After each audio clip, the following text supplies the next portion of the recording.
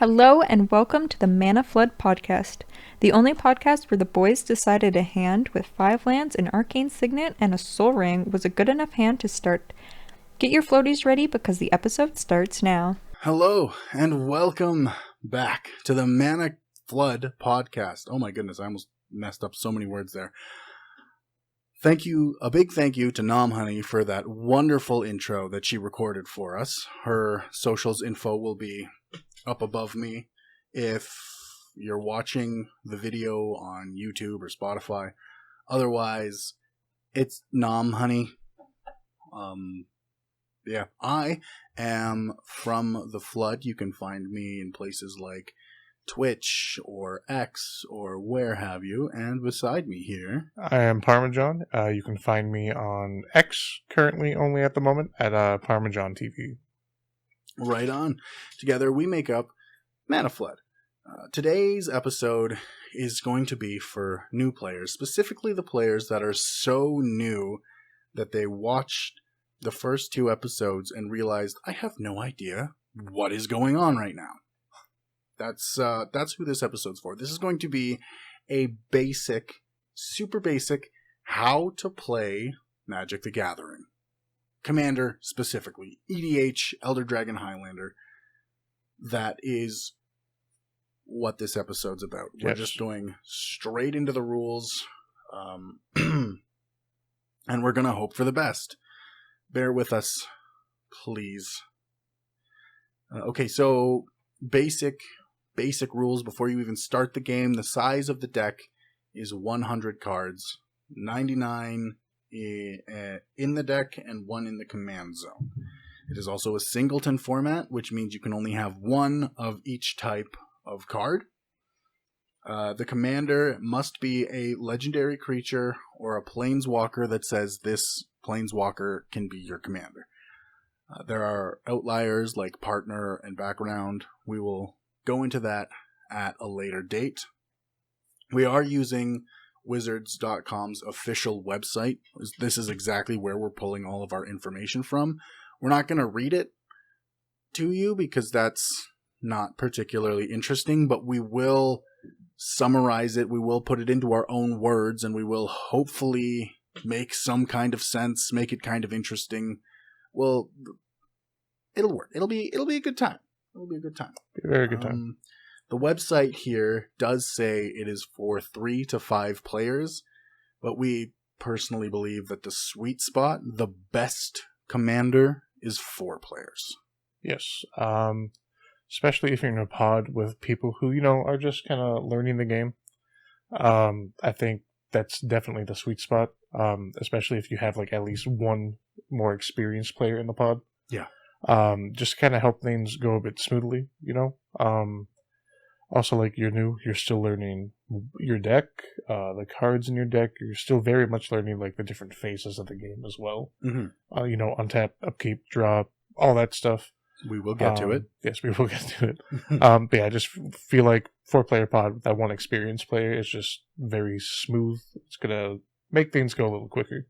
Yeah, absolutely. And it's going to be more enjoyable. And if you are that more experienced player in a pod, build some weak decks. Build some decks that you know aren't good and they're not decks you would bring to your more experienced friends, specifically so that you don't kind of develop a FOMO or fear of missing out in other members of your pod. And by the way, a pod is the group of people you're playing that game with. So the pod is the 3 to 5 people. It's just, pod is, I don't know why it's called pod. I'm not going to lie. But that is what pod means, what it stands for. Yes, very much so.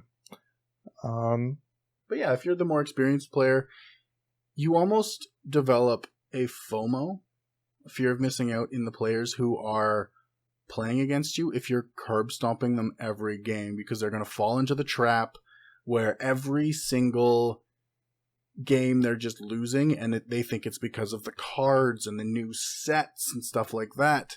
And that has actually happened to us. Yes. I wasn't playing particularly strong decks, but they were strong enough that even at the same power level as the other people in the pod, because I knew the rules better and the strategies of Magic better, I was consistently winning the games. And this is at our school. We're both in university. And at our school, there are definitely some people who, to this day, still only try to build the most powerful deck that they can to be just incredibly obnoxious, as opposed to a deck that would be fun to play not just for themselves, but to play against for the whole table. And because they're still so new to the game, they don't understand why it's no fun to play against them. Because I was playing around pre-con power levels for a long time, and then I showed them something like Bruvac, which is a very, very high competitive thing. I just showed them. I went, this is what your decks can eventually get to. But even at the, like, playing a pre-con or playing their decks, I would constantly curb stomp them. And that's just something that comes with learning the game and learning interactions and learning you can use cards. Just because something's written on the card, you can kind of lawyer yourself into a better position using the already written rules in the card. So, yeah. And that comes with experience. We're not going to get into that too much today, but the more you see cards, the more you see them used, the more cool things and more situational things you'll be able to do with your cards, which I think is super cool. Okay, we'll just keep going on. Why would you want to play this format? Obviously, there's multiplayer. They're multiplayer games, and the cards don't rotate out. No, they do not. In Standard, certain sets will rotate out every 3 years or something, I think. Something along those lines. Even like formats such as Pioneer and Modern. While they aren't formats and necessarily have rotating cards, the cards that you can use are limited, and that you can't use like any card from Magic history. Yeah. Whereas this one you pretty much can. There's a couple of cards that are banned because they weren't fun or they slowed games down, and we've got problems with the ban list. Certain cards on the ban list, I should say. Do. But that'll be a future episode, so if you're looking for that, it's coming. Ish. Or if you're just binge listening to our podcast, and it's been years at this point, thank you. Glad we're successful. Please subscribe to our Patreon. Yeah, because we should have one in a couple of years from now, but that's a couple of years. Commander's nice because you can play most of the cards throughout Magic's history. You can find some really old cards that you play and people go, what is that? That's so old looking. That's so cool. Which is also always a great feeling. We've got play rules and modifiers. Again, 99 cards. There's a commander card. And the commander card is what we're going to get into here. Yes. Because the commander itself is very complicated. I've said it before and I'll say it again. Commander is not the best way to learn how to play Magic. I would probably just start with the online game because it's got a very good tutorial. Honestly, yeah, MTG Arena, even though that's more like standard draft, that kind of thing, it's very, very good in teaching you how to play just like basic Magic. So that's probably what I would recommend over than just sitting down, getting a pre-con and playing Commander. Yeah, that's going to be your best bet. That's going to teach you the game the best. Use the official resources. I think the game's free to play. Yep. So sure you've got, I think it's on Epic Games Store on PC. Probably. Because I don't think it's on Steam. I think it's on the Epic Games Store. But it's free if you have access to a PC. It's going to be the best way to learn. However, still stick around. We love your attention. So please don't leave us. Don't go get milk.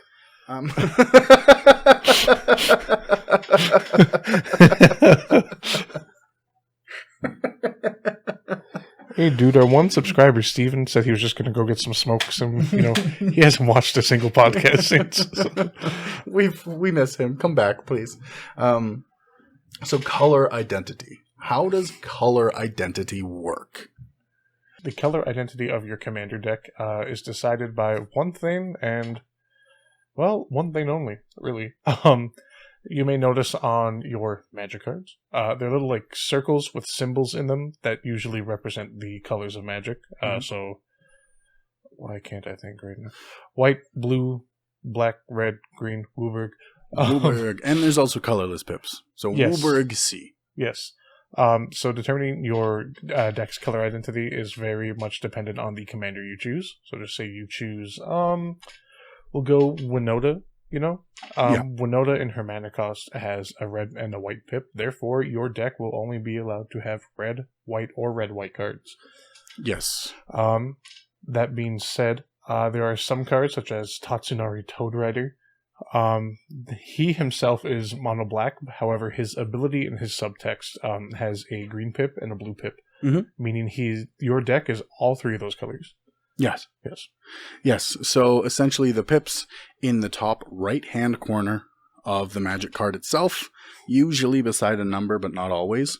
Those ones are the pips you look at for color identity first. However, inside the description of the card, you may also see pips that are related to abilities or other things. Unless it's reminder text, those pips are also color identity. The only time you would ignore that is in reminder text. And the reminder text is for abilities specifically like Extort. Extort is white, black. I can't remember. I think it's if it attacks alone, it gets a 1/1. It gets +1/+1, or it extorts. No, extort is, I believe, whenever you cast a spell, you may pay the extort cost, and usually I believe you gain 1 life, and each opponent loses 1 or something like that. Yeah, but the reminder text will show the pip of the extort cost as being either black or white. Yep. So it will show you like black, 1 pip with black and white in it. And that can be ignored because it is in the brackets of the reminder text. Sure. Now, this is very specific. So usually you can just look at a card, and if it's got all the colors of your commander's color identity, you can play it. If it has one of the colors of your commander's identity or 2 of them, you can play it. But you cannot play it if it has a color that is not in your commander's color identity. Yes. That was very hard to say. You got there, though. I did. There. That's all that matters. We got there eventually. Yep. Fuck. Okay, so next, I believe... Okay, we'll go into how to lose the game because we just went over Commander, and this kind of ties in. So you lose the game unless a card has another thing, like has an exception written to this. The ways to lose the game are you lose all 40 of your life, because you start with 40 life in Commander. Yes. So if you lose all 40 of your life, then you die. If you go to draw a card and there are no more cards in your library, you die. And the third one that is Commander specific is if you take 21 or more command damage from a single commander. Yes. So you would have to take 21 command damage or more from player A or player B or player C from their commanders. And it has to be the same commander, which we'll go into that a little bit more in depth in a future episode, but Partner kind of messes with it a little bit. It messes with it in a way that completely makes sense, but can also be confusing. Very. So we will do confusing. That will be a future episode. Yes. So if you're binge watching in the future, keep doing that. You'll get there. You'll get there eventually. You'll get there eventually. Yarg. Yarg. Okay. So we will go right on to the command zone. This is a special zone that exists only in Commander. In other game, or it used to be your commander was played from exile, but cards were printed that messed with this, so the rules committee just created a command zone. And the way this works is whenever your commander moves zones, it goes to the next zone. So if it gets exiled, it gets exiled, and then you get to choose whether your commander goes back into the command zone or if it stays in exile. This is a turn-based thing. So if a card like Emrakul the Promised End is played, and your commander gets exiled while someone else has control of your turn, they can choose to keep your card in exile. They can choose to keep your commander permanently gone for the rest of the game. That is how that works. It's very unfortunate. It doesn't feel great, but it's the rules. It's one of the few ways to get rid of a commander, so be aware of that. Most of the time, you can play your commander, kind of. Yes. Right? Most of the time, it doesn't matter the order of things or Very true. how it is. But yeah, after it's moved to the zone, you get to choose whether it goes to the command zone, and that is the first thing that happens. I don't think you can interact with that in any way. It's not an ability that goes on the stack. It's like tapping a land for mana. You can do it at any time. But Right? Like, they can't go, okay, I'm going to declare to move back to my command zone, and then someone's like, haha, Bojuka Bog. Right? You can't. You can't. And even if you could, it changes zones. You get to choose again. Exactly. Yeah. Yeah, so...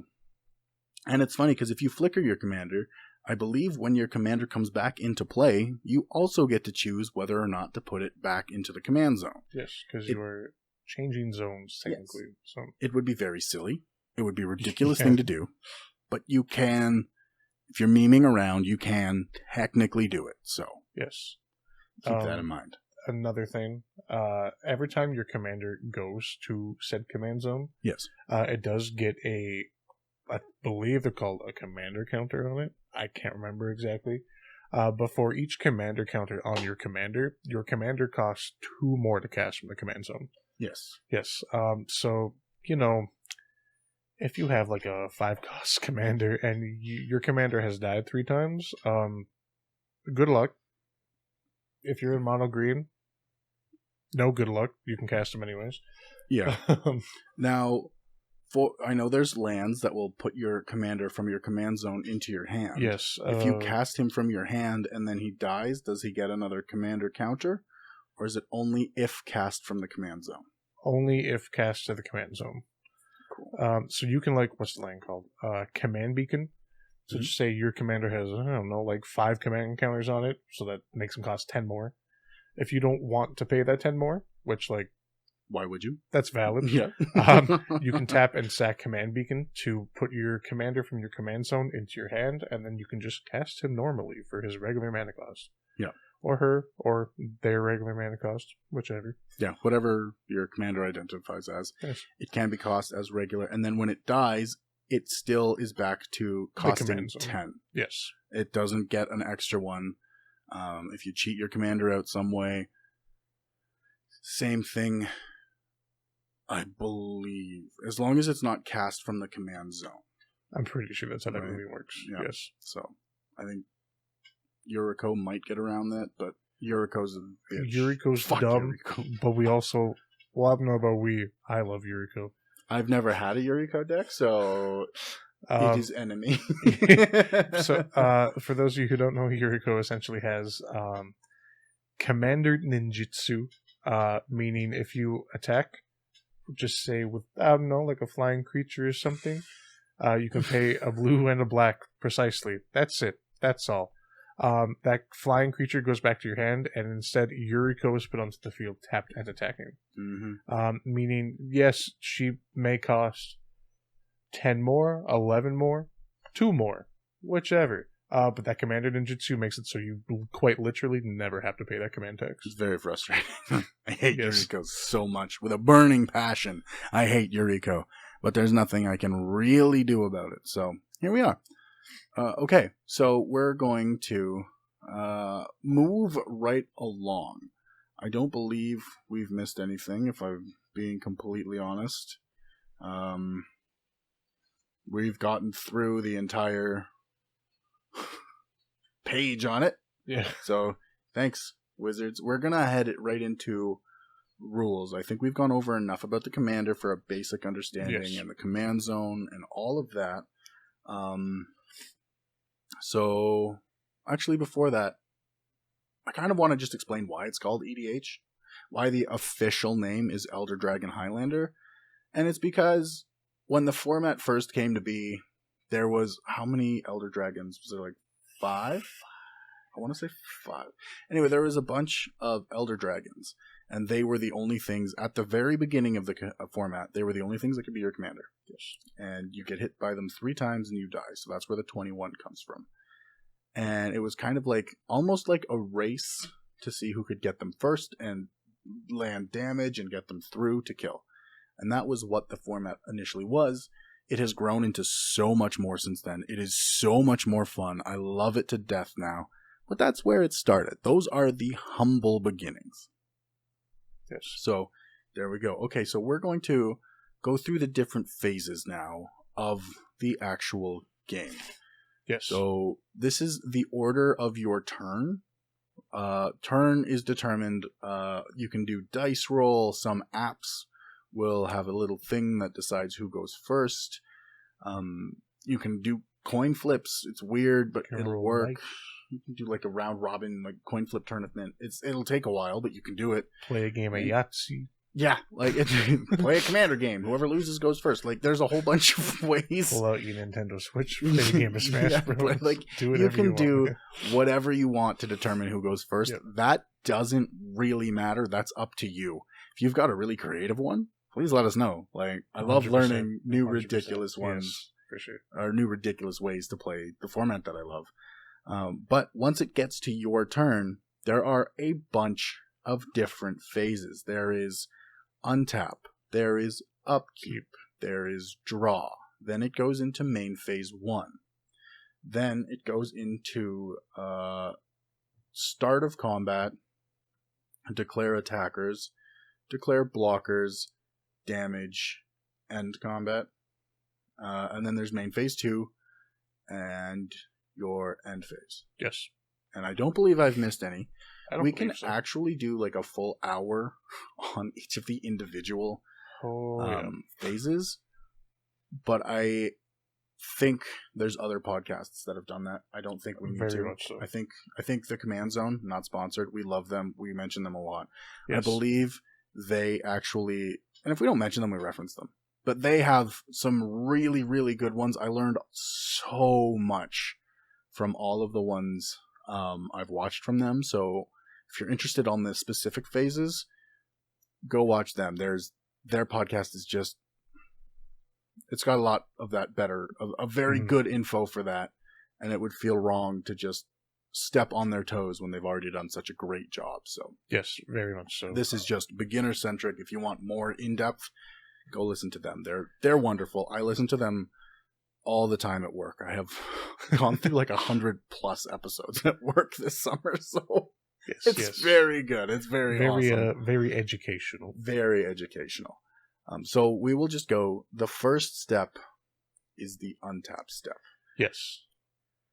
So in the untap step, any like phasing, so bloop bloop of permanence comes into effect. If applicable. If not, don't worry about it. You cannot cast any instants, and you cannot do any activated abilities during this phase. This is simply you are untapping your permanents, your lands, your creatures, your artifacts, your enchantments, if applicable. Sometimes that happens. Anything that can be untapped, yes, is being untapped here. Yes. A little bit of an interesting thing to note: enchantments don't really tap, but I tap them anyways if they're attached to a thing, just to make it a little bit easier in the long run. Yes. But technically, according to the rules, they do not tap unless there's something on them that says tap this thing. Correct. So just something to keep in mind. It could come up. You could have someone who's a stickler for rules, or you could be that stickler now, and you could be like, actually, those don't tap, so don't do it. But also, don't be that guy. Please don't be that guy. Don't use us for violence. Unless you're being that guy to someone very specific who you really don't like. We don't condone bullying, but sometimes people deserve it a bit. Just like some light bullying. Yeah. Some playful bullying. Yes, playful bullying. We'll go with that. Jesting, yes. Yeah.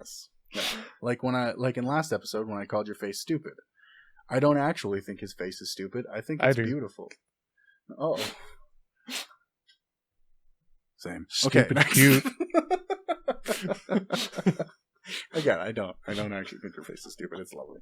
Just to clarify, because like last episode it was like 1 a.m. and that came off as really aggressive.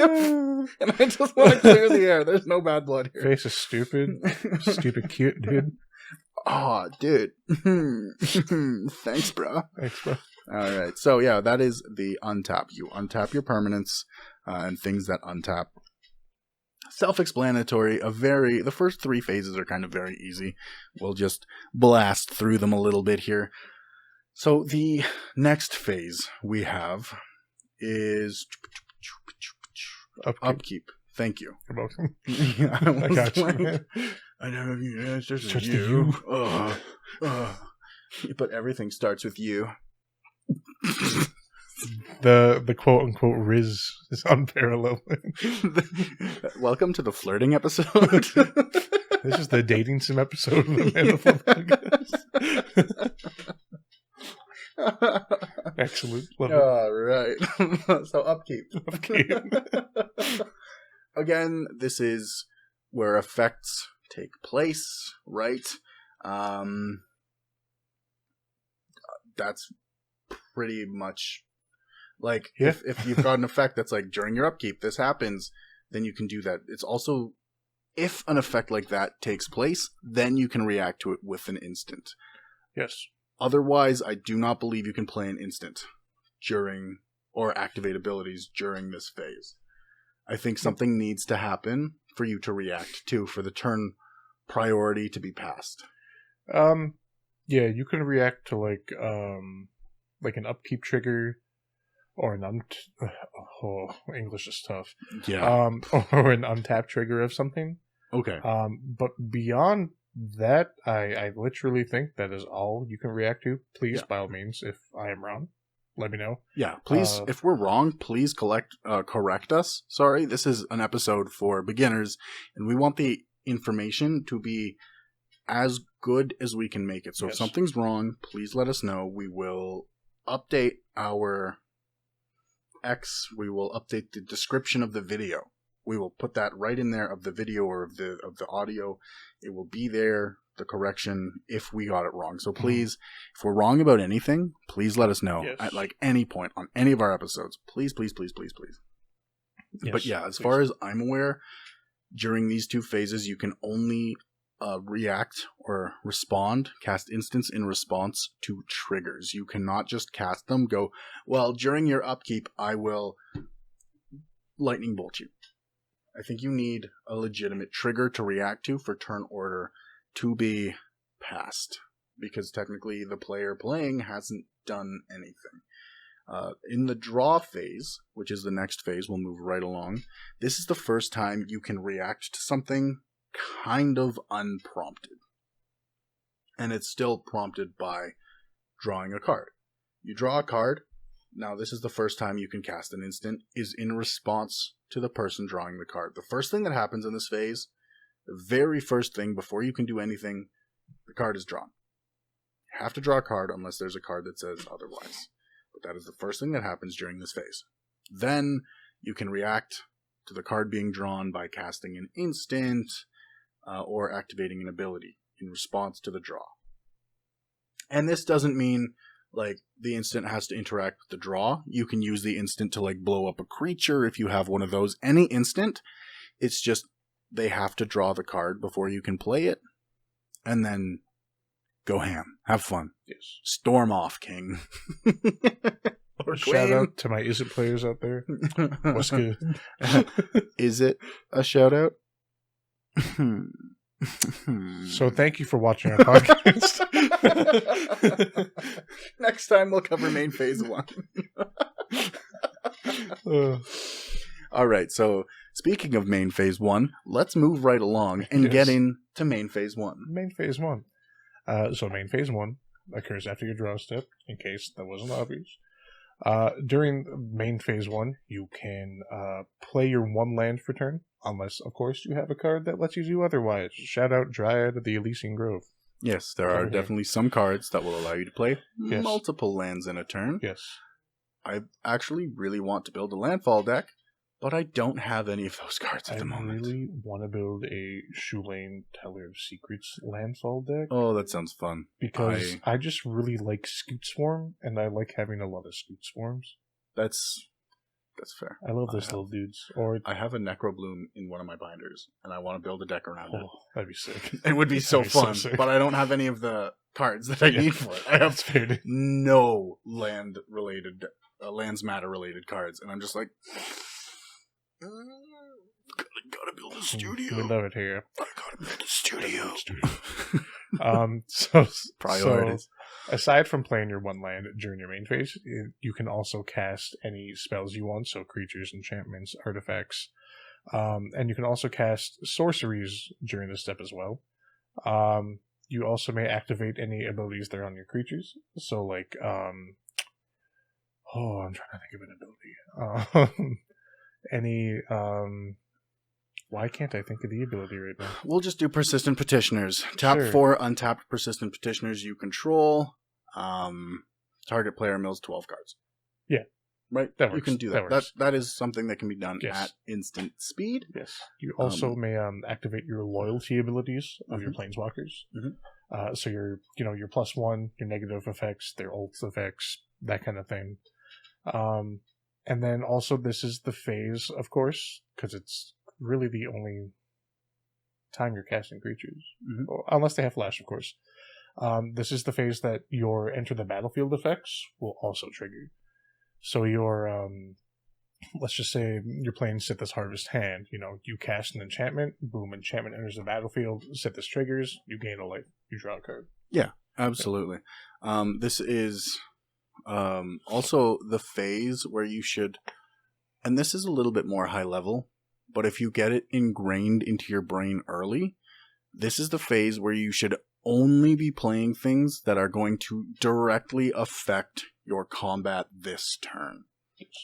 And specifically things that are going to affect your combat, like sorceries, creatures with haste. This is when you want to play these kinds of creatures, and only the haste creatures if they're going to attack during combat, because there's a whole bunch of reasons, but it essentially gives your opponents less time to react. Yes, very much so. Which is what you want. There's things that they won't be able to do, because there's some spells that are like, do this during combat, but they can't do that if you fuck them over before combat. Yes. I also want to take this time to go over, like during the first main phase, I want to go over the different card types. Yeah, we can for sure do that. Because this is for beginners, and this is to be like, this is your first game of Commander. You don't know what you're getting into. You're very afraid. You don't know much. So we want to make this as easy as possible for you. So there are 5 main types of cards. There could be 6. But there is creature, enchantment, artifact, sorcery, instant, and planeswalker. So 6. Am I missing any? Did you say land? Land. Lands, that is a very important one. Okay, so your lands are your mana. So you play a land, that land stays around forever. You do not lose it unless someone destroys it. It untaps during your untap step if you tap it. In order to use the land, you have to turn it sideways. This is called tapping the land. This means you have used it, and there is 1 mana from that land, unless the land states otherwise. But usually there's 1 mana from that land, and you get to use that towards the colored pips and things like that in your actual creatures. And like, to be fair, this probably should have been something right at the beginning, but I just thought of it now, so I apologize. ADHD. ADHD paired with a lack of planning. That's on me, okay? So the different cards you can play with these lands, and you can only play 1 land per turn, unless you have a card that says otherwise. We said that a little earlier, but I'm just reiterating it here. So once you have different mana, and you'll have a lot over the course of a game, once you have enough mana, you can spend that mana on another card. Every card except land has a cost of some kind. The cost could be 0. but there's still a cost. The cost is, in most cases, found in the top right-hand corner of the card. Unless you have that secret layer for left-hand cards, but that is that is a different thing altogether. Completely. But yeah, in the top right-hand corner of the card will be the cost. The cost will have usually a number, but not always, and some pips. Sometimes it's one or the other. Sometimes it's only a number. Like Sol Ring, for instance, in the top right-hand corner is just the number 1. Yep. The cost is 1 mana of any color. It doesn't matter. You can play anything. For any other... To use any other card, you need that pip. So, for instance, Arbor Elves, it has a green pip in the top right corner. It's got a little circle with a tree in it. That tree shows you what color mana you need. So you would need a green mana, a forest, if it's a basic land. That is the color you would need in order to play Arbor Elves. So just look out for that. I think I explained that as in detail as I possibly could. Yeah. And that is how you play. Creatures can only be played during main phase 1 or main phase 2 unless they have flash. If they have flash, they can be cast at instant speed. Instant speed means you can cast it in reaction to anything your opponent is doing starting at the draw step. So just be aware of that. There's different times in combat you can cast instants. We'll go over that as well, just to be absolutely sure. If your opponent activates an ability, you can cast an instant. If your opponent casts a spell or plays a card from hand, except in response to a land. But if they cast a card from hand, you can, or cast a card from anywhere, play a card that's not a land from anywhere, you can react to it at instant speed. And if it's the second land of the turn, as long as it's not from hand, I believe, if it's a land coming from anywhere, I still think you can't react to it, to be honest. You just can't react to lands being put down, but you can react to the spell that summoned the land out of the deck, or what have you, like Rampant Growth. Sure, that'll work here. So yeah, instants can be played at almost any time. Split Second is the same, but that card, those are rare, and they just end the stack. We're not going to go over the stack today. That is way too complicated. We'll take way too much time, so we're not going to deal with the stack. We can go into the stack in its own episode if you would like. If you want an episode on the stack, please let us know, because we will. We'll do it. 100%. We're crazy. We'll do it. Wild. Well, that whole episode will just be Ulalek, the episode. Oh, brother. Yeah. So sorceries are the same as creatures, except they do not stick around.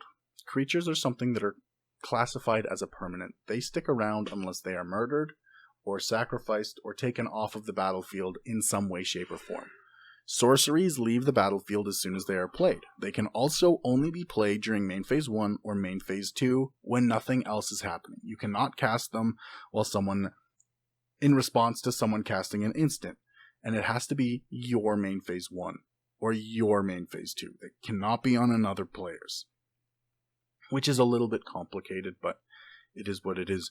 Enchantments are also a permanent that they, again, only on main phase 1 or main phase 2 if you don't have flash on that enchantment. So watch out for that.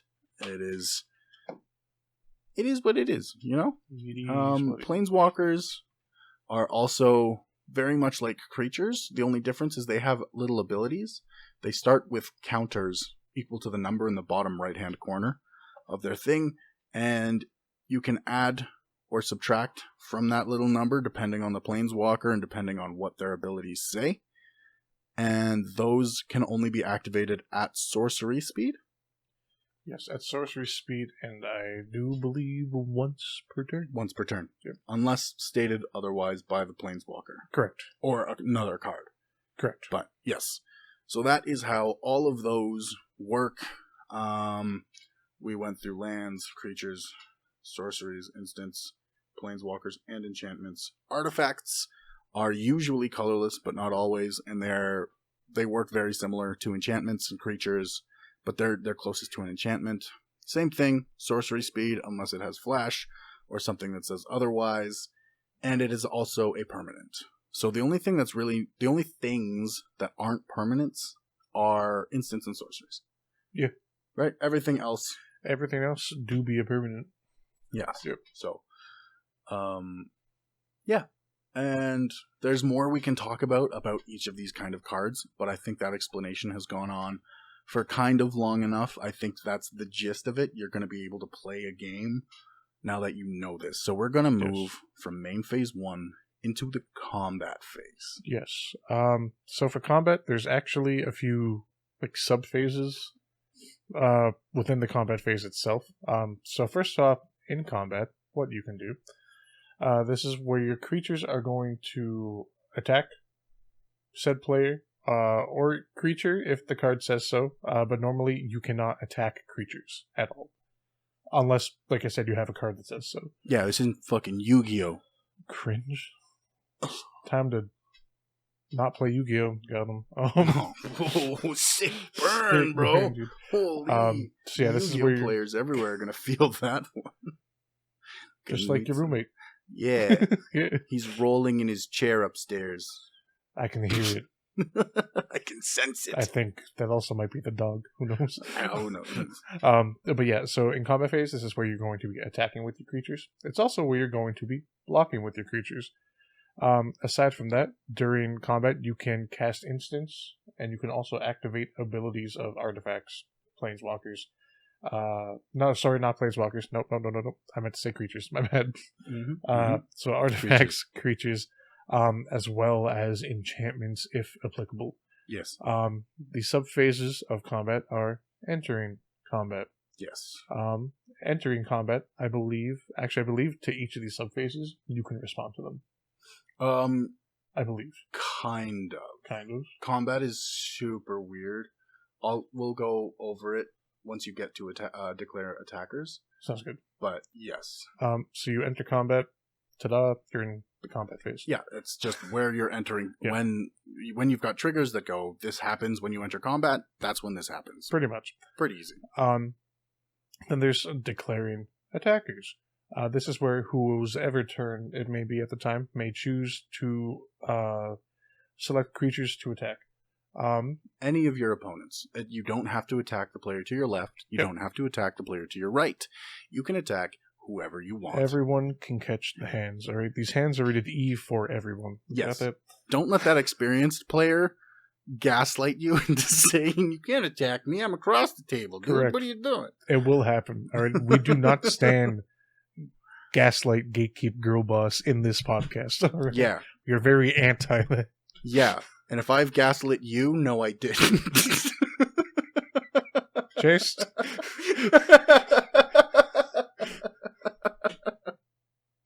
Okay, it didn't happen. I Over here putting the edge in educational. Crawling in my skin. Fucking got him. But no, I think I only gaslight new players in. I'm not the threat in politicking. Please ignore the Ulamog, the Defiler I have on the battlefield. Please ignore the 12 persistent petitioners I have on the battlefield. They're harmless. They're just 1/2s, I swear.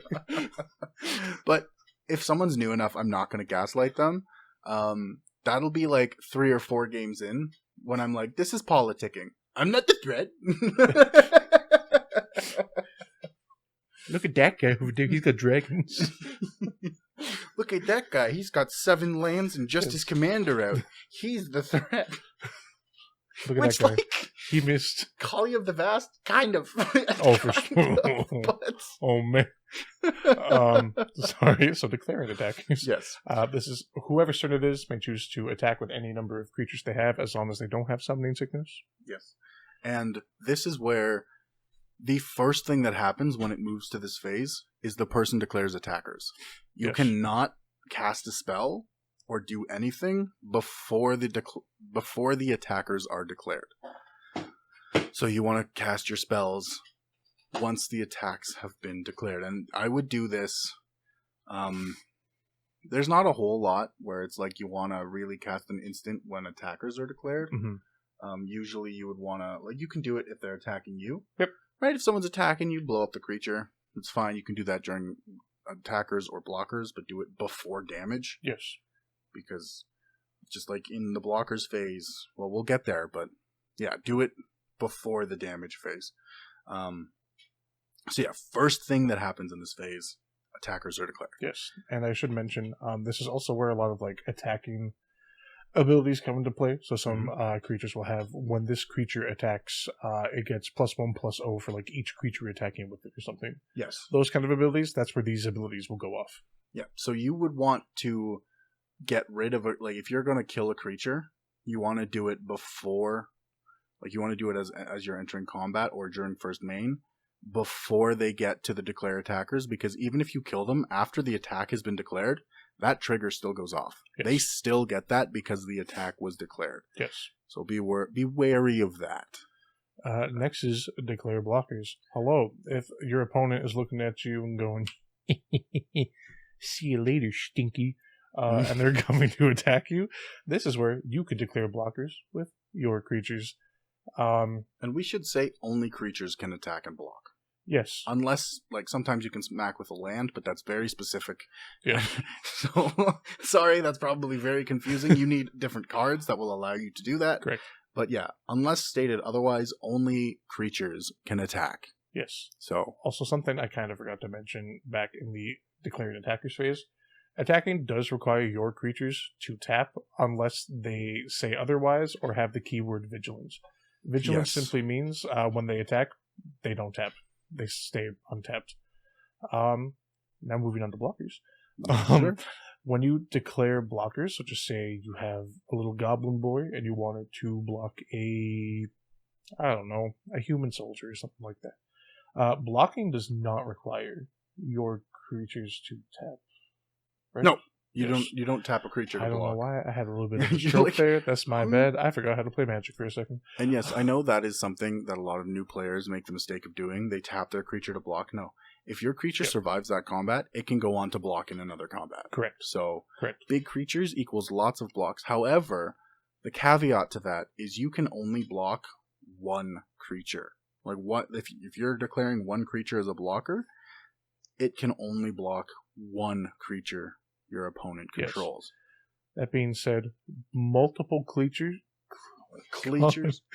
Multiple creatures. What is wrong with me?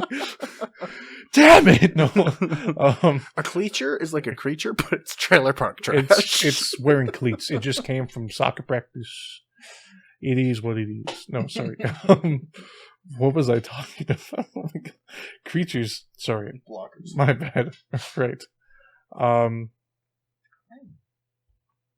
I am incredibly sorry. My train of thought completely went off when I said creatures and had that stroke. That is completely fine. So, blockers, your creature cannot block a creature with flying unless your creature has flying. Yes. Or reach. Yes. We're just going to do very basic things here. Reach means you can reach a creature who is flying. Very simple. You can't just block a flyer unless you have some, again, flying or reach, which makes flying get through quite a bit. It's very, very strong. So if you're new and you're like, oh, should I put this flyer in? Probably. If the only difference between the creatures is one has flying and one doesn't, put the one with flying in there. Yes. That'll be good. Very much so. Yeah, and again, during this phase, first thing that happens is blockers are declared. So, if you have something that's, if you have a trigger that happens when a creature is declared as a blocker, that will go through even if it's removed after the fact, right? Once a blocker is declared, it is blocking that attacker, so even if it's removed before damage, because it was declared as a blocker, it will technically block the attack, and unless the creature has trample, then no damage will be dealt. So it's very, very interesting. Trample is a very interesting mechanic, where it's just, if the creature would do more damage, then more power then the creature who's blocking has toughness.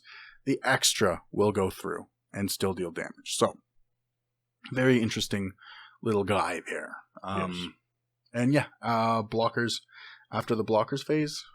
After the blockers phase, this is going to get a little confusing, but hopefully we can do a good enough job explaining it. This is where first strike and double strike damage happen.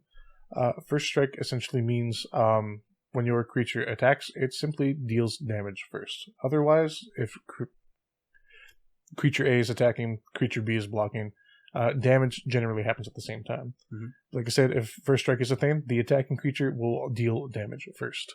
If both creatures have first strike, they both bop each other at the same time. Yep. If one creature has first strike and one has double strike, they bop each other at the same time. Yes. Double strike is, well, literally the first strike, but double. So it deals damage twice. So yeah, double strike damage will also happen here.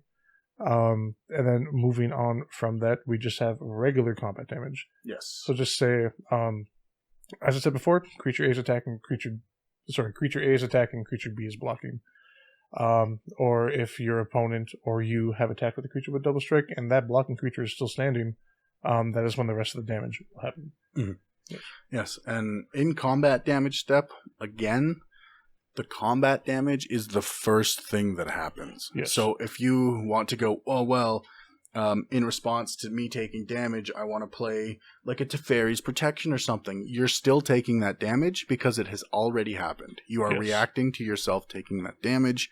So save your Teferi's Protection, save your Fog or what have you, because they're not going to do anything. This is also a bad time to pump up your creatures because it won't do anything. You want to do that. You want to pump up your creatures after blockers are declared. Yes. So if you've got something that adds counters at instant speed or makes a creature like +3/+3 at instant speed, you want to do that during probably declare blockers, so you can decide which blockers, like which creatures aren't blocked, and then pump There's them a lot up. of like combat trick stuff, truthfully. Even like a very common land nowadays, Rogue's Passage. Pay 4 tap Rogue's Passage, target creature becomes unblockable. In response to declare blockers, you can activate that ability to... You're playing Lifepaws Emperor's Voice. He's trying to swing for 21 commander damage. Boop. Make it unblockable. Mm-hmm. And that one's weird because it can... Well, you would have to do that before a blocker is declared. You'd have to do that during a declare attackers because the blocker has already been declared. Right? Okay. So Rogue's Passage is a bit of a weird one. Just do it during declare attackers because it might actually mess with the phase declare blockers a little bit. But yeah, it's a weird one, but I would still do it during declare attackers just to be safe because people will be sticklers when you've got things like that. Yep. And then after the regular combat damage, again, first thing that happens, damage is dealt. After that, we go to end of combat. That's where you get your end of combat triggers. You can react to those, etc. And then we just move right along to second main. Yes. Something I'm going to mention before I talk about second main. If you have mana that's just currently in your mana pool that you have not used, as you progress to different phases, so just you switch from first main to combat or combat to second main phase, your mana pool empties. Yes, it's gone. Yes. So you cannot hold mana from first main into combat. Yes. So if you're like, oh, I'm going to play this big thing, but I've got mana remaining, so I'm going to save it for my combat, you can't do that. Yes. That mana is gone. And I have seen people do this, even experienced players. I've seen experienced players try to get away with this a lot, and it's just like, no, your mana's gone. Sorry, buddy. You should have cast that spell during, the phase where you tap the mana, because you've got things like Soul Ring that tap for 2 mana. Or there's the lands, the bounce lands that tap for 2, right? Yep. Right, like Guildless Commons is one. That's the one. Guildless Commons, Simic Rough Chamber, Rakdos Canarium. There's a bunch. Yeah, there's a ton of them. Those ones, they tap for 2. Sometimes you only want to use 1, but that other one will fizzle as phases change. So use up your mana during phases. There's no punishment for not using your mana. Yep. So if you have nothing to spend it on, don't feel pressured to spend it. Or if you don't want to spend it or you have another way of casting your thing, don't worry about it. Mm-hmm. And of course, again, something we'll probably go over in a future episode. But there is always a card that lets you bend the rules a little bit. Yep. So there are cards that hold Magic, your mana. there are very much some cards that will say your mana pool does not empty as phases end, which means you just hold on to that mana, which is pretty good. And it's funny because these cards seem very strong, and so people might be like, "Oh, I'm gonna keep it," but right, like yeah, they will like. It's a lot extra to keep track of, because I believe that mana, that extra mana, will just stick around with you forever. Yep. Right? So even on your opponent's turns, stuff like that, it's still there. So if you're just slowly building up a pile of floating mana, you have to remember how much you have. So it's a lot of just... Yeah, use dice to keep track of it, write it down on a notepad, something like that. Yeah, because you have to keep track of it somewhere, and it has to be something that everyone can see. Yep. If it's not, then people can straight up just be like, no, I don't accept that. You don't have anywhere showing how much mana you have. Yep. And that is viable because it's public information and everyone should know it, but this is a casual format. So just be courteous. Keep track of it on a dice for yourself, for others. It's really, trust me, it's so easy to just lose track of how much you have floating, especially if your deck is kind of built around. Oh, yeah. Yeah, so just keep track of it for everyone's sanity. So then after the combat phase, we move on to your second main phase, which, I'm not going to lie to you, is exactly the same as your first main phase. But this is the phase I recommend doing the things that aren't going to directly affect your combat. So this is where I would play creatures that don't have haste, and haste means it can attack the turn it's summoned. Creatures, unless they have haste, cannot attack the turn they are summoned. They have to wait until it is your upkeep again. Yes. That is specifically when they lose what is called summoning sickness. Yes. They lose it during your next upkeep. Which is interesting because there's cards that give you extra upkeeps and then they lose it there, but yeah. True. Very true. Essentially haste, but yes. Again, that's a card specific thing. Usually they have summoning sickness until your next upkeep. So but yeah, second main phase, you can play a land if you already haven't done so in your first main phase. The whole play and land thing, I would so just say you have like a bounce land you want to play, so the ones I were talking about earlier, Semi-Growth Chamber, Rakdos Canarium, Azorius Chancery, those kind of lands. Guildless Commons, the best one. When you have kind of used up your mana base as much as you think you can, then I would go ahead and play your bounce land, because then you can just return a land you've already used. And this is actually very strong if your lands have effects. Like if there's a scry land or a gain life land or something like that. Yes. It's very strong to bounce one of those back because then you get that effect again on your next turn when you play it. Very much so. Right? Very so you get to scry again, or and scry means you look at the top card of your library. You can either keep it there or move it to the bottom. Right? Yes. So those lands are very, very strong to keep around. So yeah, that's... And again, you want to do, unless you need the extra mana for your combat or for something you're playing in your first main, save it for your second main phase. Your second main phase is super strong, and it is the most underutilized phase in your entire turn. Very much so. Like, just watch your next game and see how many people actually use the second main phase. Because most people just want to get their cards out during the first main, but the technical pro strats is to do everything not super important during your second main phase. Yep. Anything that you want to stick around, new creatures, stuff like that, you want to do most of that on your second main. Because again, it gives your opponents less time to react, stuff like that. And like, say you have a Krenko mob boss.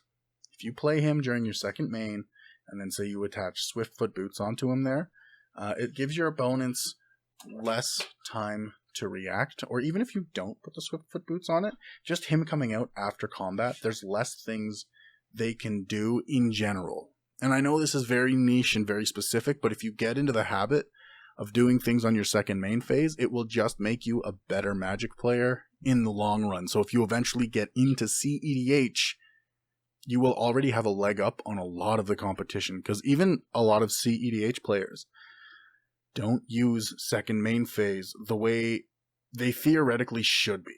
And I think a lot of that comes from, again, in Commander, you don't get nearly as punished as you would in a 1v1 format for doing things on the wrong phase of your turn. Yep. You get punished much less for it, which is interesting.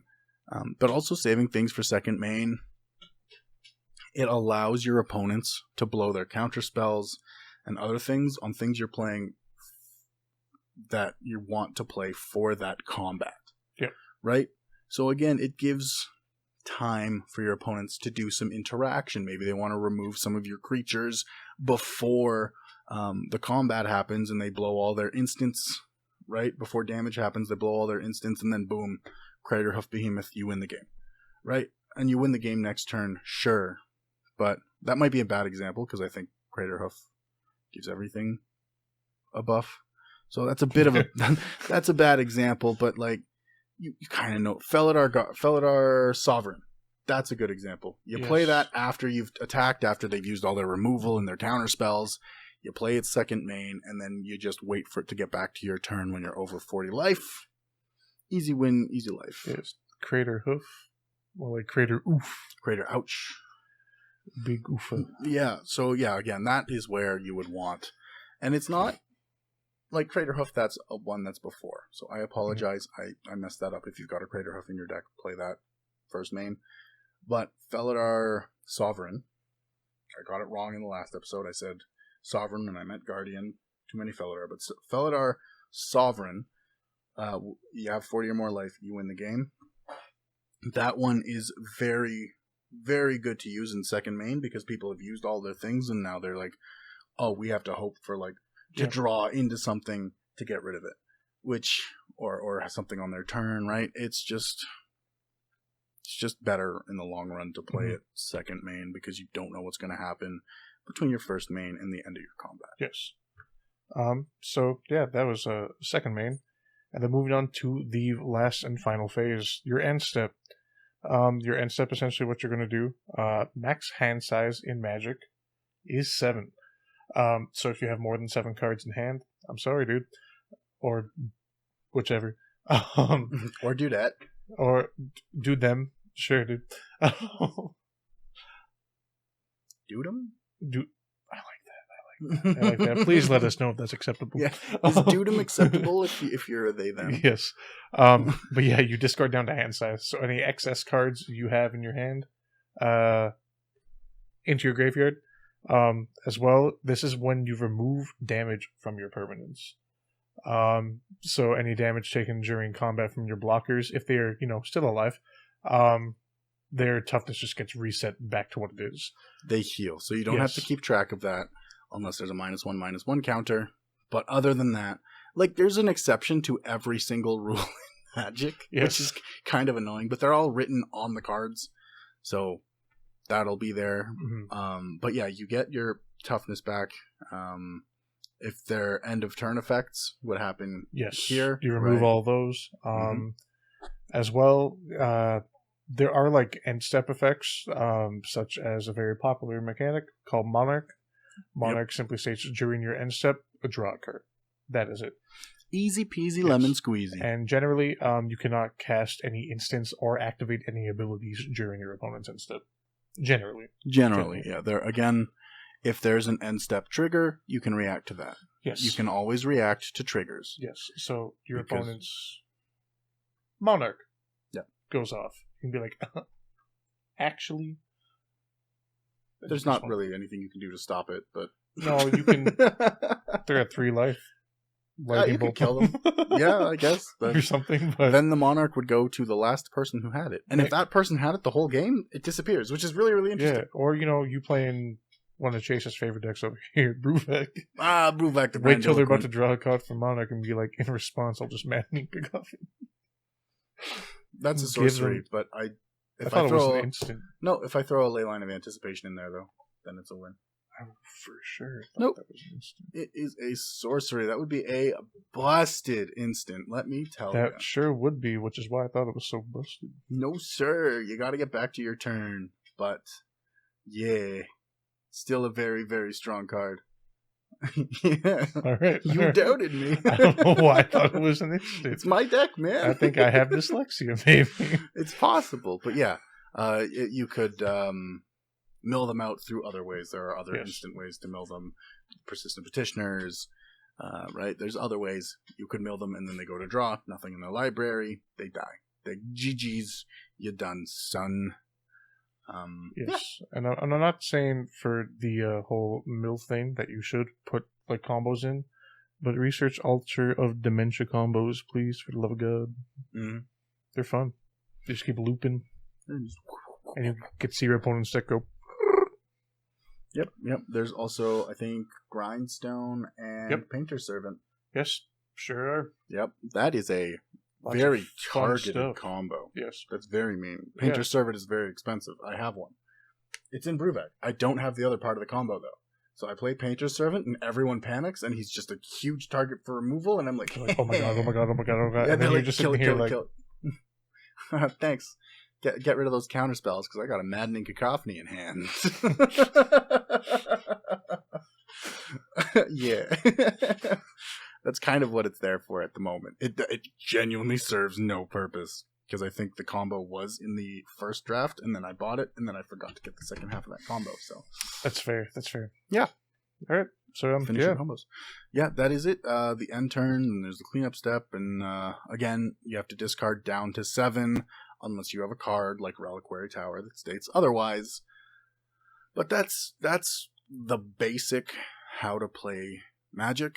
I don't think we're really missing anything. You can shuffle up and go play your very first Commander game if you would like right now with all of this information. You can shuffle up and play. Ha ha. Not a sponsor. We love you, Prof. We do. Please don't get mad at us. Yeah. Right? As always, it's in our outro, but when we reference someone, it's because we love their content. 100%. Right? They are 100%. I mean, in my case at least, probably your case too. Very much like the inspiration for doing this, you know? Yeah, a little bit. 100%. Like, I was like, well, for me, it was kind of like, I want to build a studio because my passion is audio. And then I was like, well, now I have to do something with the studio that I'm building. So, and right now, my ADHD obsession and hyperfocus is Magic the Gathering. And it has been for a couple of months. And I always circle back to Magic. Doesn't matter how long it's been. So I was like, this works. I love this game, even though, like, I'm not gonna lie, I do talk a lot of shit about Magic. Mm-hmm. But when it comes down to it, I love this game. I love meeting the people that share the same love for the game. I like watching different content creators. I also just like talking about Magic. I have a lot of opinions, not good opinions, but I have a lot of opinions on this game. Fucking land destruction. It's a very good opinion. What are you talking about? But I am similar. This is maybe should have gone at the beginning, but why should you play Magic? It's fun. Mm-hmm. Especially Commander. You gotta just hang out with your friends. Like, what I genuinely want to do, and this is something you can do with your friends, I want to have a night, once a week, once a month maybe, where we order a pizza, grab some drinks, right? And like, it can be soda. I don't drink alcohol. Just some soda, some pop, right? We're Canadian. We use the word pop. We don't use soda. Sody pap. Anyway, and just eat pizza, use a napkin to get rid of the grease, and play Commander. If you touch my cards with those greasy ass sausage fingers, I know I'm gonna suplex you through the table. What? I said, I know what you like on your pizza. You get that porno special. Extra sausage. What? Because you said sausage fingers. So, oh, true. Yeah.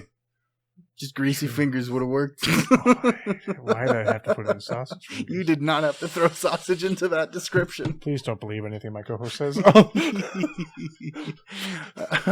This is how I am in real life. This is kind of how I am on air. I do a bit about me. I do work in radio. I have a degree in radio. It's what started this whole obsession with wanting my own studio. I have been on air multiple times. My on-air name technically is Vander, which is not my first name. It is not my middle name. It isn't even my last name. It is part of my mother's maiden name. But yeah, that's why I go by that on air. I'm not going to say where I work because they are also, like, my work is also not sponsored. Not sponsors, and anything I say is my own opinion, etc., etc. Doesn't reflect on my actual work, if you do find me there. But yes. And again, like, by the time this airs, I might not even be working there anymore, because radio is very, very fickle. And it is a summer thing. They said they would keep me on for 6 years while I was in school. And I assume so, but unless I might drop an F-bomb on air. That's a thing I could completely see myself doing. So if that happens, I'm gone immediately. That's fair. But yeah, that's complete tangent. But that's just the way it do be do, you know? But yeah, in summary, to loop it all the way back, play Magic because it's fun. It's a good time. You can socialize with your friends. And I know a lot of it is like talking about cards, but you can absolutely play a Commander game with a movie going on in the background where no one is really paying attention. It's just something to do with all your ADHD friends, right? True. So there's a movie going on. There's people playing video games. Like, you can have a lot of things happening, especially in like college or university, or if you have a group of friends, you can have a lot happening at once. And it's just a good social experience. It's a good time. I very much just enjoy this game. I love the game of Magic, and I recommend it. Yes. I recommend it. If you're new and you made it all the way to the end here, please play Magic. Please, I know it can be difficult. Stick with it. We will make in the future. I don't know when, but we will make some deck techs in the future. Oh, for sure. It'll be kind of when I'm done building the studio and can actually build a deck again, because decks cost money, studio costs money. Studio is priority, so we can bring you some content because we love you. Yes, we do. We appreciate you. We appreciate you being here, here, listening. It genuinely means the world to us. Yes. Like, as of right now, we haven't made $1 from any of our content as of recording this. But I plan on doing this whether or not it becomes profitable, because I enjoy using the stuff that I've bought. It's very frustrating when it doesn't work and you have to re-record halfway through a take. But damn, it's almost like that happened.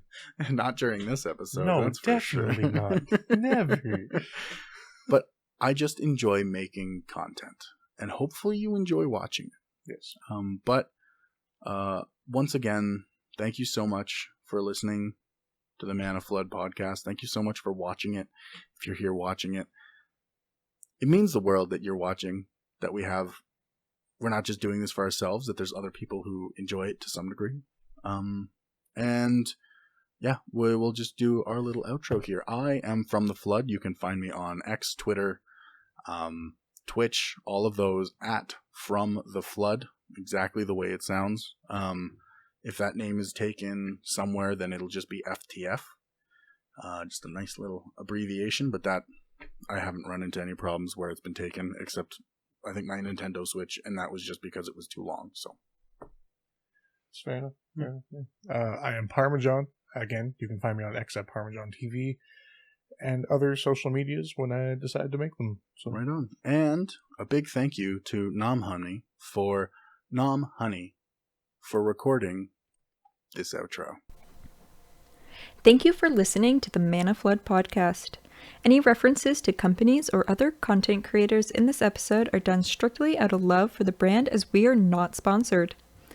If you would like to contact us, our email is floodedmanapool@gmail.com, or find us on X at floodedmanapool. You can also contact the host directly at From the Flood or at Parmesan. Have a good day. Bye.